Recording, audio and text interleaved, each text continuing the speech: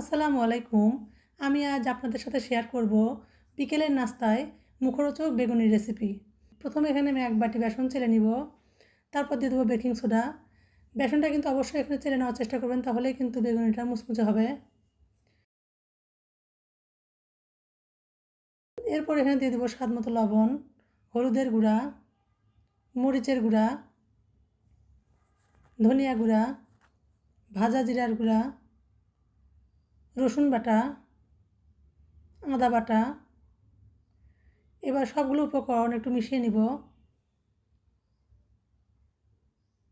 এরপর এখানে আমি রুম টেম্পারেচারে থাকা পানি দিয়ে অল্প অল্প করে পানি দিয়ে আমি ঘন একটা ব্যাটার তৈরি করে নেব।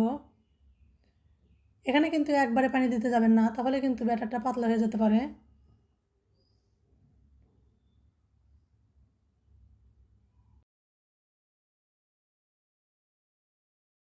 তো ব্যাটারের ঘনত্বটা দেখে বুঝতেছেন কীরকম হয়েছে এটা। এদিকে আমি একটা বড় সাইজের বেগুন পাতলা করে কেটে নিয়েছি। এবার এই বেগুনের ভিতরে আমি সামান্য লবণ ও পানি দিয়ে 1 মিনিট ভিজিয়ে রেখে দেব। তারপর এটা আমি পানি থেকে পরিষ্কার করে ধুয়ে একটু পানিটা ঝরিয়ে নেব। এভাবে লবণ মেখে যদি বেগুনটা রেখে দেন, তাহলে কিন্তু বেসনের গোলাটা ভালোভাবে বেগুনের গায়ে লেগে যায়। এরপর একটা কড়াইয়ে আমি পরিমাণ মতো সয়াবিন তেল দিয়ে বেসনের গোলায় বেগুনগুলো ডুবিয়ে একটা একটা করে ভেজে নিব। আপনারা যদি বড় কড়াই কিংবা বড় ফ্রাই প্যানে ভাজেন, তাহলে 2, 3টা 4টা একসঙ্গে ভাজতে পারবেন।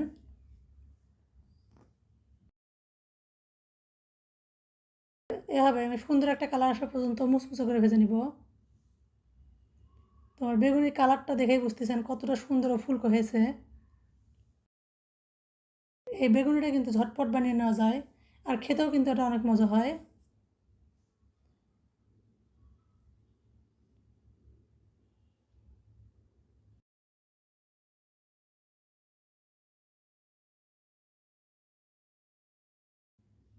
তো আপনারা এভাবে একবার করে দেখবেন। আল্লাহ হাফেজ।